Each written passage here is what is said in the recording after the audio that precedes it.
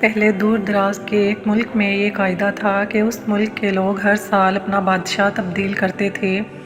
جو بھی بادشاہ بنتا وہ ایک عہد نامے پر دستخط کرتا کہ اس کی حکومت کا 1 سال مکمل ہونے کے بعد وہ اس عہدے سے دستبردار ہو جائے گا اور اسے ایک دور دراز جزیرے پر چھوڑ دیا جائے گا جہاں سے وہ کبھی واپس نہیں آ سکے گا۔ جب ایک بادشاہ کا 1 سالہ دور حکومت مکمل ہو جاتا تو اسے ایک مخصوص جزیرے پر چھوڑ دیا جاتا جہاں وہ اپنی بقیہ زندگی گزارتا۔ اس موقع پر اس بادشاہ کو بہترین لباس پہنایا جاتا اور ہاتھی پر بٹھا کر اسے پورے ملک کا الوداعی سفر کروایا جاتا جہاں وہ سب لوگوں کو آخری بار خیر باد کہتا۔ وہ بہت ہی افسوسناک اور غم زدہ لمحات ہوتے اور پھر وہاں کے لوگ بادشاہ کو اس جزیرے پر ہمیشہ کے لیے چھوڑ آتے۔ ایک مرتبہ لوگ اپنے پرانے بادشاہ کو جزیرے پر چھوڑ کر واپس آ رہے تھے کہ انہوں نے ایک ایسا سمندری جہاز دیکھا جو کچھ دیر پہلے ہی تباہ ہوا تھا اور ایک نوجوان شخص نے خود کو بچانے کے لیے لکڑی کے ایک تختے کا سہارا لے رکھا تھا۔ چونکہ ان لوگوں کو ایک نئے بادشاہ کی بھی تلاش تھی لہٰذا انہوں نے اس نوجوان شخص کو اپنی کشتی پر بٹھا لیا اور اپنے ملک لے آئے اور اس سے 1 سال کی حکومت کرنے کی درخواست کی۔ پہلے تو وہ نوجوان نہ مانا لیکن پھر وہ 1 سال کے لیے بادشاہ بننے پر رضامند ہو گیا۔ وہاں کے لوگوں نے اس بادشاہت کے تمام اصول اور طریقے سمجھا دیے اور یہ بھی بتایا کہ 1 سال کے بعد وہ اسے فلاں مخصوص جزیرے پر چھوڑ آئیں گے۔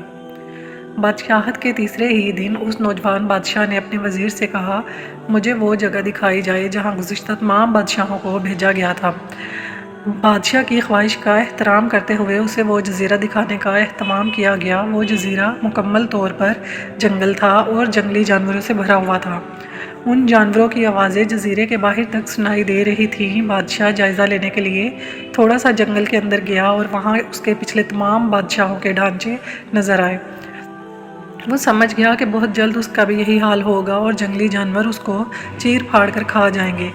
ملک واپس پہنچ کر بادشاہ نے مضبوط و توانا جسم کے 100 مزدور اکٹھے کیے، ان سب کو اس جزیرے پر لے گیا اور حکم دیا جنگل کو 1 ماہ میں مکمل طور پر صاف کر دیا جائے، تمام خطرناک جانوروں کو مار دیا جائے اور سب فالتو درخت کاٹ دیے جائیں۔ وہ ہر ماہ خود جزیرے کا دورہ کرتا اور کام کی خود نگرانی بھی کرتا۔ پہلے مہینے میں ہی تمام خطرناک جانوروں کو مار دیا گیا اور پھر بہت سے درخت بھی کاٹ دیے گئے۔ دوسرے ماہ تک جزیرہ مکمل طور پر صاف ہو چکا تھا۔ اب بادشاہ نے مزدوروں کو حکم دیا کہ جزیرے پر مختلف مقامات پر خوبصورت باغات تعمیر کیے جائیں۔ وہ اپنے ساتھ مختلف پالتو جانور مثلاً مرغیاں، گائیں، بھینسیں، بطخیں اور بھیڑیں وغیرہ بھی جزیرے میں منتقل کرتا رہا۔ تیسرے مہینے میں بادشاہ نے اپنے مزدوروں کو حکم دیا کہ ایک شاندار گھر تعمیر کریں اور اس جزیرے پر ایک بڑی سی بندرگاہ بھی بنائیں۔ گزرتے مہینوں کے ساتھ ساتھ وہ جزیرہ ایک بہت خوبصورت شہر میں بدلتا جا رہا تھا۔ وہ نوجوان بادشاہ بہت سادہ لباس زیب تن کرتا اور اپنی ذات پر بہت کم خرچہ کرتا۔ اپنی بادشاہت کی زیادہ تر کمائی وہ جزیرے کو بنانے میں لگاتا رہا۔ 10 ماہ گزر جانے کے بعد بادشاہ نے اپنے وزیر سے کہا، میں جانتا ہوں کہ 2 مہینے بعد مجھے اس جزیرے میں چھوڑ دیا جائے گا لیکن میں ابھی سے وہاں جانا چاہتا ہوں۔ وزیر اور دوسرے وزراء اس بات پر متفق نہیں ہوئے اور بادشاہ سے کہا، آپ کو 2 ماہ مزید صبر کرنا ہوگا تاکہ سال مکمل ہو جائے۔ سال پورا ہو جانے کے بعد ہی آپ کو اس جزیرے پر چھوڑا جائے گا۔ بالآخر 2 ماہ مکمل ہو گئے اور بادشاہت کا 1 سال ختم ہو گیا۔ حسب روایت وہاں کے لوگوں نے اپنے بادشاہ کو شاندار لباس پہنایا اور ہاتھی پر بٹھایا تاکہ وہ اپنی رعایا کو خیر آباد کہہ سکے۔ خلاف توقع یہ بادشاہ اپنی الوداعی تقریب پر بہت ہی خوش تھا۔ لوگوں نے اس سے پوچھا، اس موقع پر تمام گزشتہ بادشاہ تو رو رہے تھے لیکن آپ ہنس رہے ہیں، آپ کے اس قدر خوش ہونے کی کیا وجہ ہے؟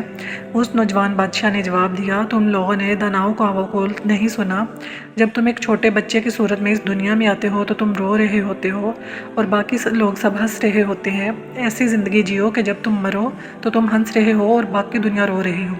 میں نے ایسی زندگی گزاری ہے جس وقت تمام بادشاہ محل کی رنگینیوں میں کھوئے ہوئے ہوتے تھے تو میں اس وقت اپنے مستقبل کے بارے میں سوچتا تھا اور اس کے لیے لائحہ عمل تیار کرتا تھا۔ میں نے اب اس جزیرے کو ایک ایسی خوبصورت قیامگاہ میں تبدیل کر دیا ہے جہاں اب میں اپنی زندگی نہایت چین اور آرام سکون سے گزار سکوں گا۔